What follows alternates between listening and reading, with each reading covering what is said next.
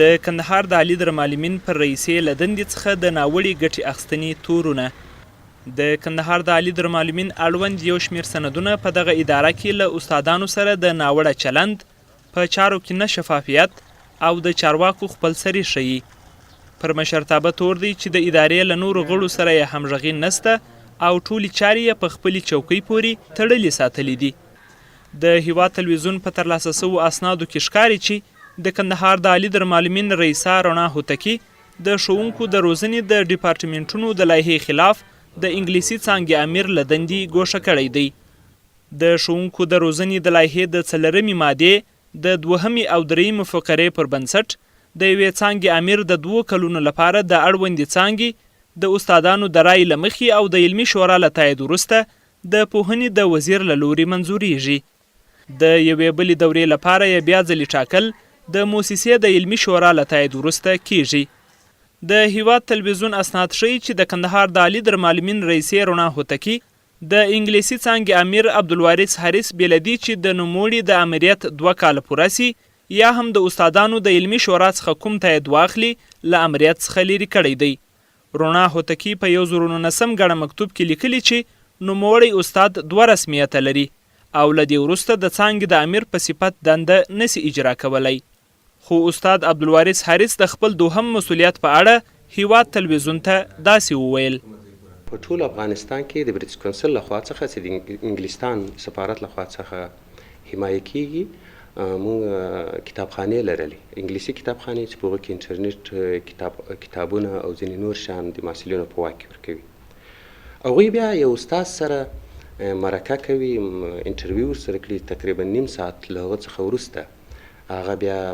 ټاکل کیږي او هغه ته بیا میاشتنی معاش ورکوي. یعنی هغه یو خارجي مؤسسه د کوم رسمیت نه لري. دا زه له 2018 کال راهیسې فکر کوم د 2018 له ډسمبر څخه بیا د همدې 2020 تر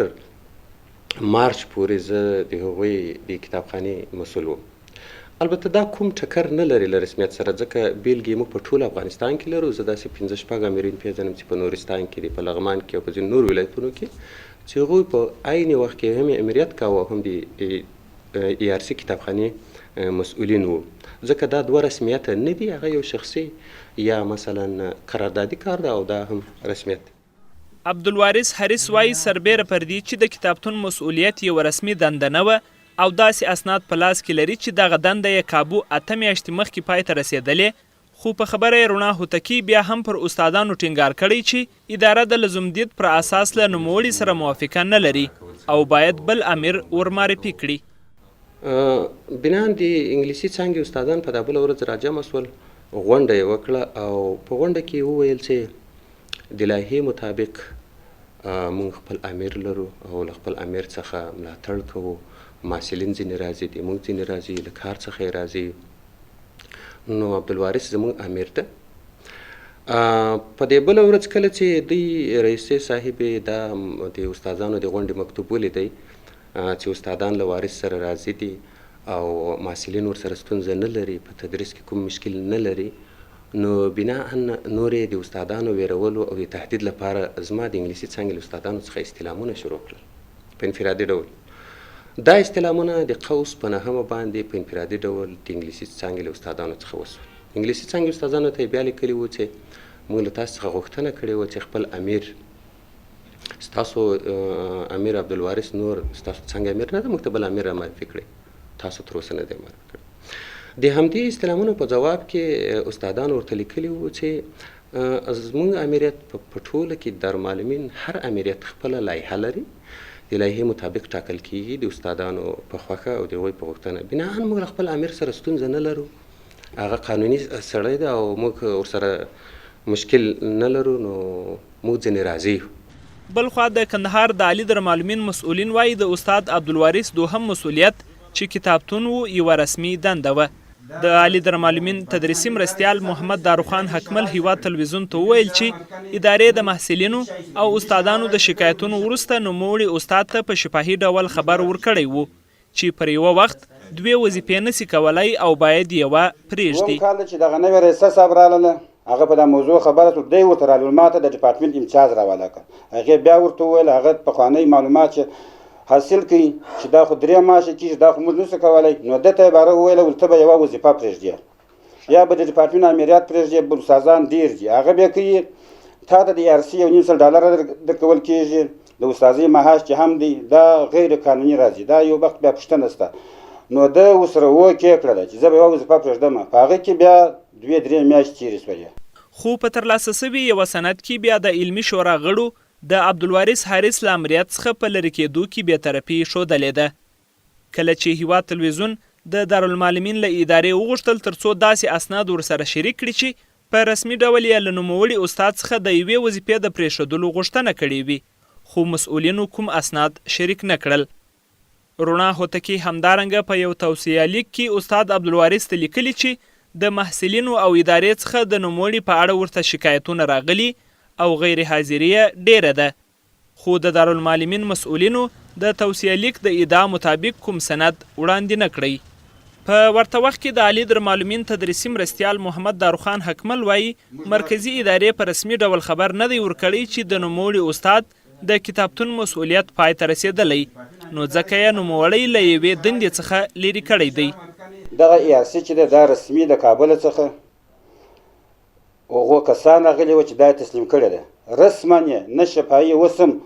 چې زه امیر تدریسي یم نه ماته نه رسي زموږ دارالمعلمین چې رسما د دغه معاش د امتیاز د بندېدو په هکله کوم هیڅ سند نشته او بل که چیرې دغه امتیاز هم بند شوی وي کتابخانه نه ده بنده شوې کتابخانه یوه بله موږ ته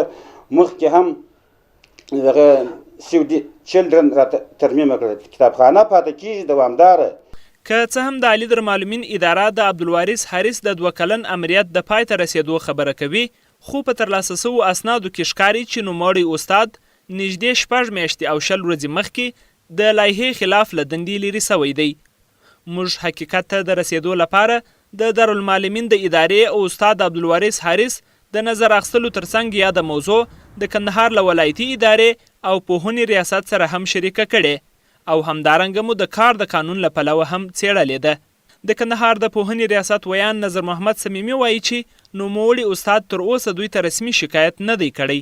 خو په خبره یې هیڅ امیر دا حق نه لري چې د خپلو مامورینو سره غیر اصولي چلند وکړي دی زیاتوي چې د پوهنې ریاست دا موضوع څېړي او له سلامت او ملامت سره به قانوني چلند کوي که چیرې دغه ادعا چې اوس موږ وایو یا کواکي رئیسه صاحبه دا وایي چې زه د کتابتون د بندېدو یا د فاج په اړه به ماته مکتوب نه دی راغلی که واقعیت دا ثابته سول چې مکتوب واقعیت نه و راغلی دا خو معلومدار خبره ده چې رئیسه به پر حق ده او که چیرې دا ثابته سوله چې د دغه نیټې څخه لکه ما ته چې نن بحث وکړو د دې نیټې څخه مخکې د مکتوب راغلی و په ریاست کې موجود و نو معلومدار خبره ده چې هغه وخت بیا پوهنې ریاست خپل اجرات کوي او هغه د خپل مامور هر مامور حق خوندي دی او مقابل طرف چې د مامور حق خلل سوی دی هغه ته به قانوني برخوست مخ کېږي بلخوا د کندهار والی د پوهنې په برخه کې ستونزې مني خو زیاتوي چې د پوهنې سمون یې د کار په اولیتونو کې ځای لري